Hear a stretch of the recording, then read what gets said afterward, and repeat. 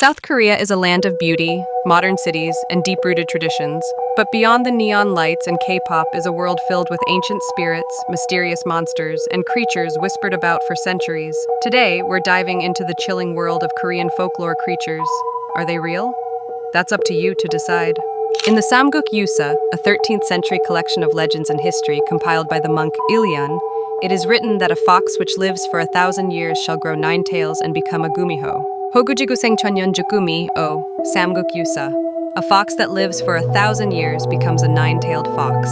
The Gumiho is said to take the form of a beautiful woman, often to deceive and lure men. One tale tells of a man who, upon falling in love with such a woman, discovers her true form only after finding the remains of his livestock scattered and blood-drained. Modern retellings soften her nature, but the ancient Gumiho is a symbol of danger, seduction, and nature's power unbound. In Korean folktales translated by James S. Gale, 1913, the Dokkaebi is described as a being of old energy, born from long-abandoned objects such as brooms or worn tools. Gale writes of their pranks and powers, yet they are not demons but rather mischievous spirits. They were feared not for their evil, but for their strange justice and wild joy. Korean folktales, Gale. Wielding a bangmangi, a magical club, a Dokkaebi could summon riches or chaos. One tale tells of a farmer who outwits a Dokkaebi by tricking it into believing he is sick with Dokkaebi fever, sending the creature running.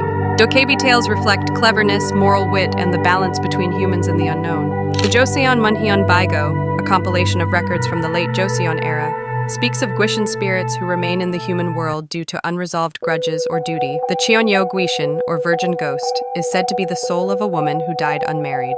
She wears the white hanbok of death, her hair unbound, and drifts near schools, rivers, and graveyards. Oral traditions and Joseon court records. She represents the burdens placed upon women in Confucian society to marry, to serve, to fulfill family duty, and when this duty is broken by death, she returns, restless. These tales remain potent warnings and reflections on societal pressure. In northern Korean folklore, the creature Bulgasari, literally the impossible to kill, was born from metal and devours swords, spears, and iron.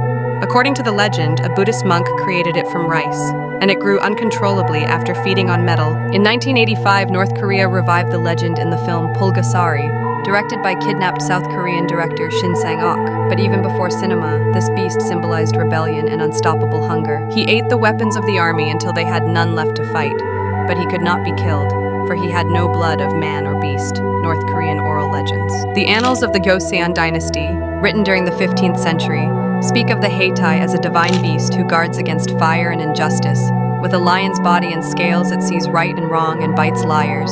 Sejong the Great ordered statues of Haetae placed to prevent fires in the city. Joseon Sillok. Appearing on old maps and now as Seoul's official city symbol, the Haetae remains a sacred guardian, half myth, half law. These creatures are not simply monsters, they are echoes of Korea's past, shaped by Buddhism, shamanism, Confucianism, and the fears of generations. The texts that hold their stories, Samguk Yusa, Joseon Sillok, and countless oral records, show that mythology is not fiction, it's memory in symbolic form. From the cold breath of the Cheonyeo Gwishin to the burning eyes of the Haetae, these beings still walk in Korea's mountains, temples, and alleys, at least in stories.